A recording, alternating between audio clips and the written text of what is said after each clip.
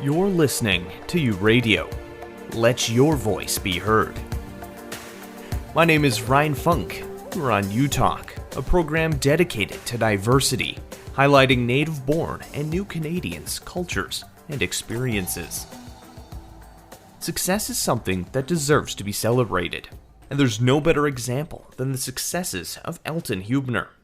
Elton is a journalist, photographer, owner of Eyes Multimedia, and now an award-winning filmmaker with his passion project, The Fit Generation. Born in Brazil to European immigrants, Elton has visited dozens of countries and has been living in Canada for the past 10 years. Looking at your history, you've been involved in journalism, photography, videography, and now filmmaking. I guess how have these experiences changed as you've moved to different countries? Well, the great thing about this is when I was 15, I knew what I wanted to do. And I guess I was so fortunate to know that so early in my life, because I knew I wanted to become a storyteller. Mm-hmm. I wasn't sure how that was going to happen, whether it would be online, in print, in radio, writing books. I didn't know, but I knew I wanted to learn about other people, about their lives, and share those stories with the world. So first, I studied journalism, and I was so sure that what I wanted to become was a war correspondent. I traveled to many countries around the world when I was between 16 and 20. By the age of 20, I had been to 25 countries and I learned 6 languages. So I was ready to become a war photographer, a war journalist.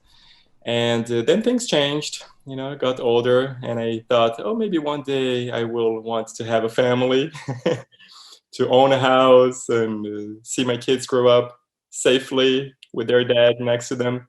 So yeah, things changed. And I was also very passionate about image photography and video, more and more video.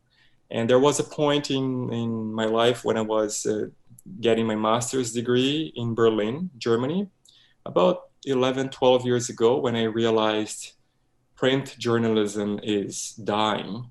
And I think what technology enables us to do nowadays is... It's undeniable that video is the future of communication. So that's when I decided to, I was coming back to Canada with my master's degree, and that's when I decided to dedicate full-time to video production. 25 different countries, 6 different languages. What is adjusting to life when you're going from country to country like? That's a good question. I don't think much about it. And also, when I started traveling, that was such a long time ago, which sounds weird for someone who's only 39. Mm-hmm. But I traveled to, let's say, 30 countries when I was, before I was 25. And you are constantly changing when you are a teenager, a young adult, and constantly adapting to. Mm-hmm. So I think that also is related to how I found home in Canada. Mm-hmm. It happened that when I was traveling around the world, I was always seen as a foreigner. Mm-hmm. When I was in Italy, even though I was getting my Italian passport and was learning Italian, people always considered me German Brazilian. When I was living in Germany, studying there in high school or in university and working, I was Brazilian or Italian. Yeah. And in Brazil, I was always a fish out of the water. I was always not feeling home in Brazil. And when I came to Canada, even though I had been to 30 countries and lived in 5, I felt home immediately. It was the first day in Canada when I decided to immigrate. I just realized, this is it. I found the place that I had been looking for all this time. Mm-hmm. So do you find there's challenges at all? You talked a little bit about identity. When you're moving all over the place, people recognize you as different things or from different areas. How do you stick to who you are to your core? It's always about what unites people where you are, right? What their identity is. And timing is also important here, Ryan, because if you went to Germany 20 years ago, it's not Germany as we know today. If you went to the States 20 years ago, if you went to California or New York or Texas 20 years ago, it's probably not what we are seeing right now. And when I arrived in Toronto specifically, that was the right place for me to start my new journey. But when I was in Germany, for example, that was the right place for me to be when I went to university too. The challenge is, I think, more personal than how other people perceive you. It's how comfortable you are under your own skin, and how comfortable you are being in that place where people act that way, where people tend to go in that specific direction. And then when I came to Canada, I came here because I had hope. I had so many dreams. So arriving in Toronto, wow, let's say arriving in Toronto 12 years ago, that was the best place that I could possibly think of. Talking a little bit about your current film project, The Fit Generation, and how your experiences throughout life has influenced kind of your artistic eye or vision. Well, The Fit Generation was a passion project. That means it was self-funded. I applied for a few grants. I tried to get money from CBC, from other networks to produce it. I tried a Kickstarter campaign. It was not possible. So I had to do it. It was a story, or better, it's a compilation of 6 stories that I just had to tell. I felt the urge as a journalist to share those stories with the world because they are very inspiring, and I think any generation can learn from them. Now, let me tell you what those stories are. The Fit Generation is a documentary about active seniors here on the West Coast. There are people in their late 70s and mid 80s in the film who ski every day, for example, who run marathons. There's a woman, she is today 85 years old today. Yeah. Oh, wow. And she broke the world record in the marathon run and half marathon a few times. And That's amazing. She's from Richmond, BC, so basically Vancouver. And these guys, the message in the film is no matter what your problems are, you can always keep pushing forward. I started the documentary when I met my wife around the same time. And so we were dating, and that became our passion project. She helped me along this entire long 3.5-year process. Of course. And then my baby came along as well. We got married before the film was ready. So you see how long it took for me to finish that. But the rewards are there because we won many rewards, including Best Documentary in the London International Film Festival, in the Nice Film Festival. And we're actually making this film available now for free on YouTube. When it comes to an immigrant coming to a place, establish yourself can be really hard, especially, trying to break into the workforce. What were some things that you use? I mean, you've been in so many different countries to help establish yourself and find success in what you're doing. Well, I think one thing that you should always have in mind is what can I add, right? What value can I add wherever you are, even if it's in a relationship, you meet a guy or a girl that you start flirting with. You should think first, what can I do in this person's life to make her or his life better? When you arrive in a country, you should also think like that. What can they profit from welcoming me and providing me with all the benefits that an immigrant can have here?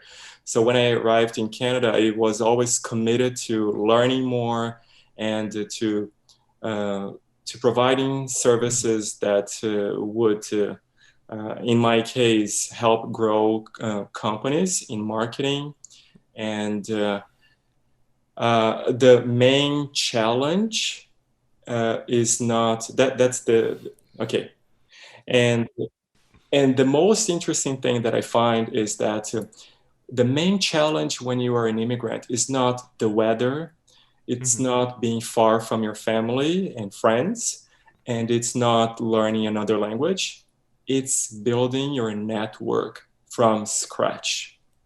That has been a challenge for over a decade for me, and I work on it every single day. How can I meet more people and establish Mm-hmm. connections that um, that are based on trust and mutual benefits? Mm-hmm. How can because being a journalist, as I was back in Brazil and in Germany, I knew so many people. If I needed a surgeon, a brain surgeon, I knew how to find one within a few minutes. If I needed someone who cleans windows, I knew how to call Mm-hmm. someone. I could call someone within a few minutes. And here, I came here all by myself, and it took forever to Mm-hmm. meet people because another reason is because Vancouver specifically is a very transient city. People come and go, come and go, come and go. Mm-hmm. So I had to focus on building relationships with people who are here for good, who are Mm-hmm. going to be here in 5 in 10 years. And I think, and I see that mistake that many immigrants make. They come and they only meet people who are here for a few months or for a few years, and they will be gone. So you need to adapt. You need to learn the nuances in the society, Mm-hmm. how things actually work, and try to establish connections with those people who are going to be with you for the long run. Mm-hmm. So what's next for you? You've completed the fifth generation. What's next? There's a few other passion projects that I would like to launch. Mm-hmm. One would be a platform for seniors. That is something that is always in the back of my mind. Oh, I need to start working on that. I would love to have a place, a community that starts with a website and maybe social media where where people in their late 60s and sorry where people in their late 60s, 70s, and 80s can go and find entertaining information, Mm-hmm. video and blog, interviews, podcasts. Because people at our age, right, Ryan, you're like Yeah. 18. I'm kidding. You're I mean, mid, I wish. I you're in your wish. mid 20s. Yeah, so people in their 20s and then 30s and even 40s, I think, are so used to podcasts now. And I would love to bring that to seniors as well. So Mm-hmm. that's one of the many, many, many passion projects. And Ryan, I have lots of passion projects. Well, it's good to keep yourself busy and do something that you're passionate and love to do. Being busy is one of the secrets for happiness.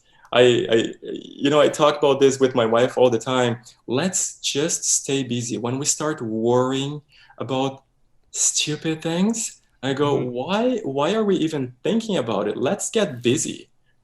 Yeah, exactly. I mean, this pandemic's been a great example. If you're not keeping yourself busy, you go crazy. Oh yeah. Oh, absolutely. I'm glad I have a 1-year-old baby, Yeah, keep yourself real busy there. including at night. Yeah, perfect. Is there anything else that you would like to share? Any advice or just stories or experiences that you'd like to share now? This is something that I don't want to come across as someone who is bragging about it, but rather I would like this example to inspire other immigrants. When I came here 10 years ago, I had $1,500 in my pocket. So that's $1,500, Mm-hmm. and I didn't have a job. That's when I arrived. And today, only 10 years later, there is so many things that I was able to accomplish. And I chose Canada because this is the land of opportunities. And there are many things that come down to the person's mindset. Everything is possible if you have the right mindset, and you will find hundreds of reasons to not achieve any of your dreams if you have the wrong mindset. So the secret to become, let's say, a successful immigrant is only one. It is to know what you want and move in that direction. And I'll tell you why. Because when you look around 360 degrees, you could go anywhere. Once you have decided what you want to become, where you want to be, say in 2 years, in 5 years, in 10 years, it's much easier from now on because you have established the direction where you want to head towards. So knowing what you want makes things easier, and then you only have to keep going. It's gonna rain, it's gonna snow every year. Winter is gonna be boring as hell here in Canada. You're not gonna want to talk about politics with half of the people you meet. You're not gonna like half of the things you see. That's totally fine. This is one of the best places in the world. And then we are at another point that is very important too. It's gratitude. Elton and his wife share a daily exercise where they find something in their life they're grateful for, whether it's them sitting on the couch or going for a drive. He recently heard a saying that relates to this: when you're grateful, you can't be hateful. If you have any stories you'd like us to share or communities we should highlight, leave a comment on our social media or reach out to us on our website. I'm Ryan Funk. This was UTalk, and have yourself a good one.